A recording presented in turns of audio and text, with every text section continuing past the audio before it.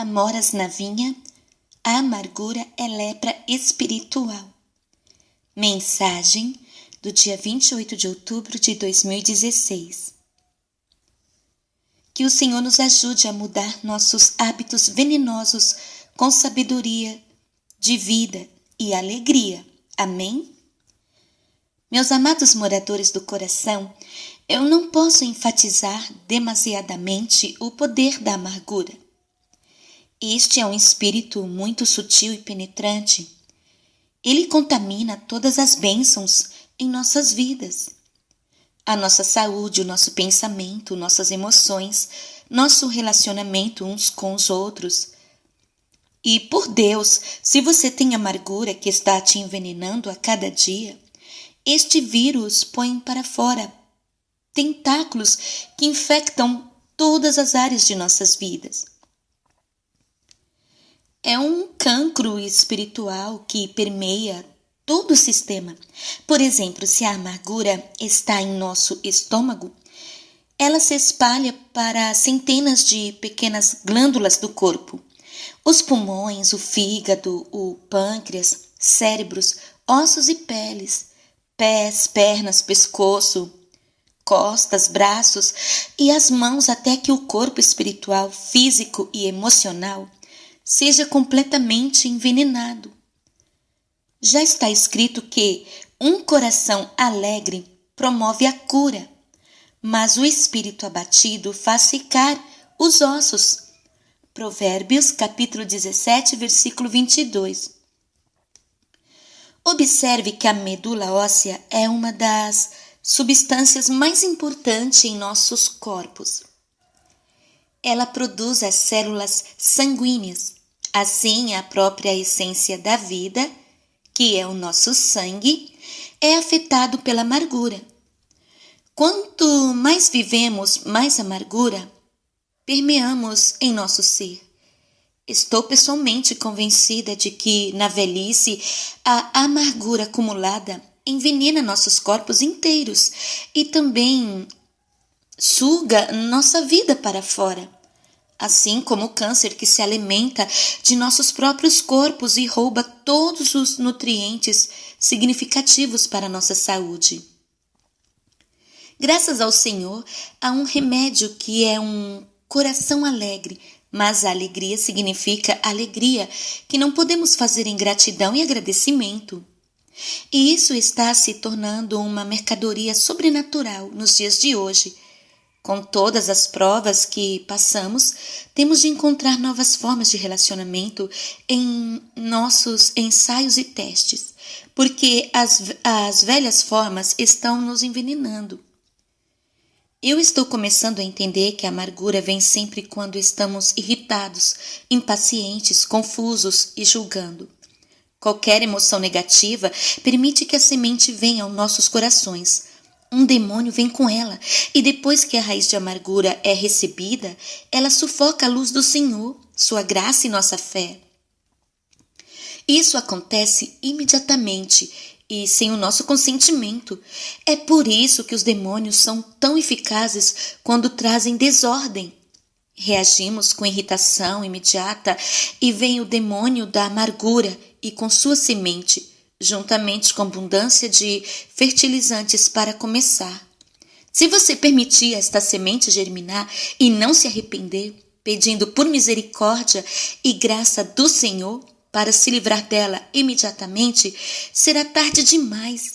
Em outras palavras, precisamos parar e nos posicionar em pedir ao Senhor: por favor, Senhor, desculpe-me, perdoa-me. Por favor, livra-me deste demônio em meu coração.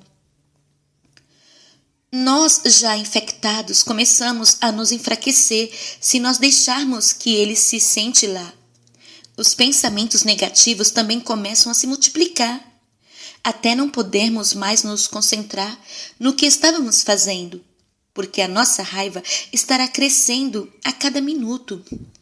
Quando começamos a conhecer esses pensamentos, ou seja, quando começamos a conceber esses pensamentos que já estão infectados pelos demônios da amargura, uma semente é plantada e crescerá rapidamente até sufocar a vida, a inspiração, a saúde, o pensamento claro, as emoções de esperança. E toda boa coisa com a qual nos associamos será privada de sua bondade no momento em que alimentamos a amargura. Sabendo disso, a minha primeira oração ao Senhor, logo pela manhã, é: por favor, Senhor, perdoa-me por minha amargura, me ajude a transformar minhas irritações em jubilosa gratidão. Por favor, me livre dos demônios e suas dedicações, bem como a semente e as raízes da amargura. Por favor, banhe meu coração no teu sangue e me purifique de toda injustiça. Mas antes de realizar esta oração, eu tenho que refletir sobre as ocasiões de ira, rancor e ressentimentos, impaciência e murmuração. E tenho que pedir ao Espírito Santo para mostrar o meu pecado. Assim, estes 3 passos precisam ser tomados antes de pedir a libertação. Primeiro, examinar minhas ações, sentimentos e pensamentos. Segundo, perdoar a quem eu esteja retendo ressentimentos contrários. Terceiro, arrepender-me de uma atitude ingrata, porque verdadeiramente o Senhor permitiu que essas coisas acontecessem, seja resmungando ou reclamando, ou até mesmo ficando com raiva, não só pela pessoa que causou a ofensa, mas a Deus que permitiu que a causassem. E isso deve fazer assim: Senhor, por favor, cure qualquer um que eu tenha ofendido. Eu compartilho isso com vocês, reconhecendo que provavelmente eu ressalte minha situação aqui, estando em crítica sobre o meu próprio eu. Mais do que ninguém além de mim, eu estou aqui vendo e já tenho dito que isso não é bom. Na verdade, estou me destruindo nessa minha atitude negativa em relação a falhas, mesmo sendo falhas pequeninas, como a falta de jeito e erros. Eu tento pegar a mim mesma, mas se eu não consigo isso, eu pelo menos chamo a minha estúpida vidraça. Ei, você vidraça tola, você caiu. Até que com isso eu receba novamente o controle, resposta por esse meu empurrão sobre joelhos. Curiosamente, as leituras do missal hoje trouxeram a luz real do quão sério é termos a amargura. Primeira leitura de Levítico. O Senhor disse a Moisés e a Arão: quando alguém tiver um inchaço ou uma erupção ou uma mancha brilhante em sua pele, que pode ser uma doença de pele contaminada, eles devem ser trazidos para Arão, sacerdote, ou a um dos seus filhos, que é um sacerdote. Levítico 13, 1-2. O sacerdote o examinará e, se a ferida inchada na cabeça ou na testa está vermelho branco, como uma doença de pele contaminada, o homem está doente e impuro. O sacerdote o declarará imundo por causa da ferida na cabeça. Qualquer pessoa com uma doença contaminada deve usar roupas rasgadas, deixar seu cabelo ser despenteado, cobrir a parte inferior do seu rosto e gritar: imundo, imundo, enquanto eles têm a doença e permanecem impuros. Eles devem viver sozinhos. Eles devem viver fora do acampamento. Levíticos 13, 43-46. A amargura é a lepra da nossa idade, meus irmãos e irmãs. Note que Deus isola a pessoa infectada. A amargura é altamente contagiosa e se espalha facilmente de pessoa para pessoa. Vamos agora nos colocar no lugar de um leproso. Você se levanta pela manhã, então tem que escolher roupas rasgadas para usar. Não pode escovar o cabelo. Deve manter sua boca coberta em todos os momentos. Viver à distância da comunidade para que não possa conviver com qualquer pessoa, com exceção de outros leprosos. Qualquer coisa que você tocar será impura. Então você não tem nenhuma ocupação. Se alguém chegar perto de seu acampamento isolado, você deve gritar: impuro, imundo. Quando você for à cidade, as pessoas correm de sua presença e você continuamente deve gritar: impuro. E esta é a maneira como você vive por toda a sua vida. Naqueles dias não havia cura para a hanseníase. Quando Miriam e Arão começaram a falar contra Moisés, sim, vamos nos ater a esse caso aqui. Isso é bem interessante. Por causa de sua mulher etíope, pois ele havia se casado com uma etíope. Falou o Senhor somente por Moisés? Eles perguntaram. Não, falou também por nós. E o Senhor ouviu isso. Ora, Moisés era um homem muito humilde, mais humilde do que qualquer outra pessoa na face da terra. E isso é uma declaração interessante. Eu quero saber quem escreveu isso. Imediatamente o Senhor disse a Moisés, Arão e Miriam, sai para a tenda da reunião, todos três. Então os três saíram. Então o Senhor desceu em uma coluna de nuvens. Ele estava na entrada da tenda e chamou Arão e Miriam. Quando os dois se aproximaram, ele disse, ouçam minhas palavras. Quando há um profeta entre vós, eu, Senhor, me manifestarei a ele em visões. Eu falarei com eles em sonhos. Mas isso não é verdade de Moisés, meu servo, que é fiel em toda a minha casa. Com ele falo face a face, claramente, e não em enigmas. Ele vê a forma do Senhor. Por que, então, não temestes falar contra o meu servo Moisés? A ira do Senhor se acendeu contra eles e retirou-se. Quando a nuvem se levantou de cima da tenda, a pele de Miriam ficou leprosa. Tornaram-se brancas como a neve.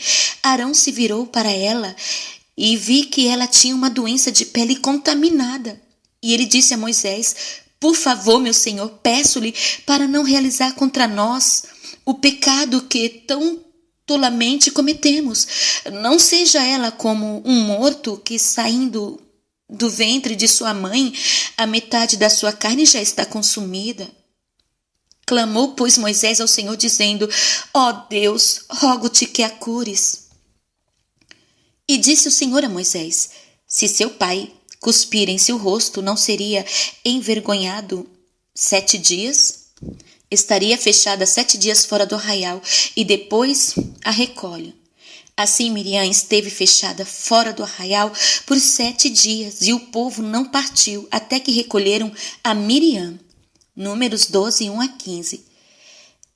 Em um instante, aquela mulher de alto escalão de toda a comunidade de Israel foi transformada em impura e isolada da comunidade. Este é o poder da amargura e é altamente contagioso. Apenas um pensamento é tudo o que se precisa e você ficará infectado. Assim como uma picada de mosquito é tudo o que é preciso para a malária ou uma tosse em uma sala fechada para se contrair o vírus ebola. Tiago fala dele dizendo, aqueles que se considerem religiosos e ainda não mantêm uma rédea apertada em suas línguas, enganam a si mesmo e sua religião é vã. A língua é uma pequena parte do corpo, mas faz grandes ostentações. Considere como uma grande floresta é incendiada por uma pequena faísca. A língua também é um fogo, um mundo do mal entre as partes do corpo. Ela corrompe todo o corpo, define todo o curso de sua vida no fogo e ela mesma incendiada pelo inferno. Aqui não está se falando da fonte, isto vem do diabo. Todos os tipos de animais, aves, répteis e criaturas do mar estão sendo domados e têm sido domados pelo gênero humano. Mas nenhum ser humano pode domar a língua. É um mal inquieto, cheio de veneno mortal. Com a língua louvamos nosso Senhor e Pai, e com ela amaldiçoamos os seres humanos que foram feitos à semelhança de Deus. De uma mesma boca procede bênção e maldição. Meus irmãos e irmãs, isto não deve ser assim. Pode tanto água salgada e água doce jorrarem da mesma fonte? Meus irmãos e irmãs, pode uma figueira produzir azeitonas ou uma videira produzir figos? Assim tampouco pode uma fonte dar água salgada e doce. Tiago 1 a 26 e 3, 6 a 12. Por favor, moradores do coração, eu os imploro, se arrependam de toda amargura e orem por mim, porque sinto esse veneno em meu coração. A amargura fiz com que o câncer seja mais doloroso e se espalhe. A amargura faz com que as dores de cabeça fiquem piores. A amargura faz com que a sua mente fique torcida e pense estar fora de controle. Seu corpo, alma e espírito ficam envenenados, tão seguramente como se tivesse lepra. Qualquer bem que você queira fazer em sua vida será comprometida pela amargura. Quando os israelitas estavam no deserto de Sur, 3 dias fora do Mar Vermelho, eles chegaram a uma fonte contaminada. O Senhor disse a Moisés para lançar um feixe de madeira na água, que elas se tornariam doce. Isto está em Êxodo 15. Eu não posso deixar de pensar sobre a viga de madeira que Jesus teve que carregar para a sua crucificação. É através do poder da cruz do Senhor que somos perdoados e nos dado nova vida, livre de amargura. Passando para o Novo Testamento, enquanto Jesus estava em uma das cidades, apareceu um homem que estava coberto de lepra. Quando viu Jesus, ele caiu com o rosto no chão e pediu-lhe: Senhor, se você estiver disposto, você pode limpar-me. Jesus estendeu a mão e tocou o homem. Eu estou disposto, disse ele, seja limpo. E imediatamente a lepra o deixou. Em seguida, Jesus ordenou-lhe: não diga a ninguém, mas vai e mostra-te ao sacerdote e oferece os sacrifícios que Moisés ordenou pela sua purificação como um testemunho para eles. Lucas 5:12-14. O Senhor é tão cheio de compaixão. Vamos vir a Ele se arrependendo e pedindo a Ele para curar-nos dos hábitos de reclamações, amarguras, resmungues e nos levar a novos hábitos de louvor por todas as lições que Ele tem nos dado através de circunstâncias desfavoráveis, sabendo que a nossa santidade está sendo forjada e nos levando de glória em glória. Então, não haverá nada realmente para reclamarmos. É para o nosso próprio bem que Ele permite estas coisas. Neste ponto, eu perguntei ao Senhor se Ele tinha algo que queria nos dizer. Então, Ele me disse: Não, esse ensinamento está completo em si mesmo.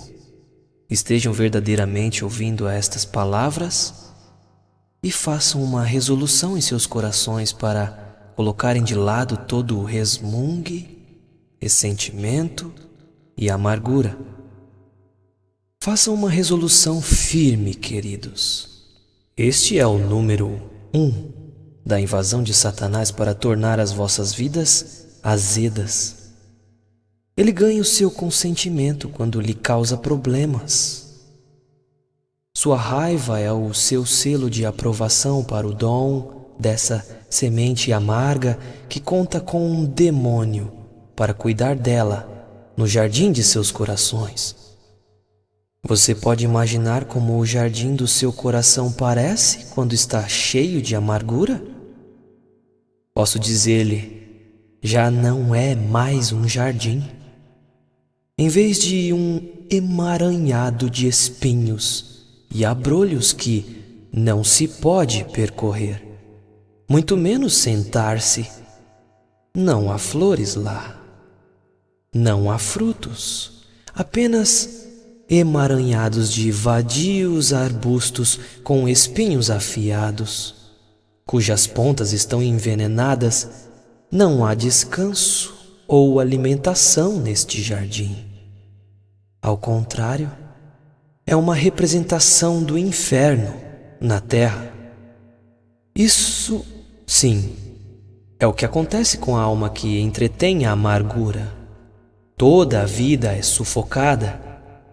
Lá você vai encontrar ciúme, ódio, ressentimento, depressão, julgamento, impaciência, o egoísmo, a crueldade, vingança, orgulho e todo o pensamento escuro e nocivo conhecido pelo homem.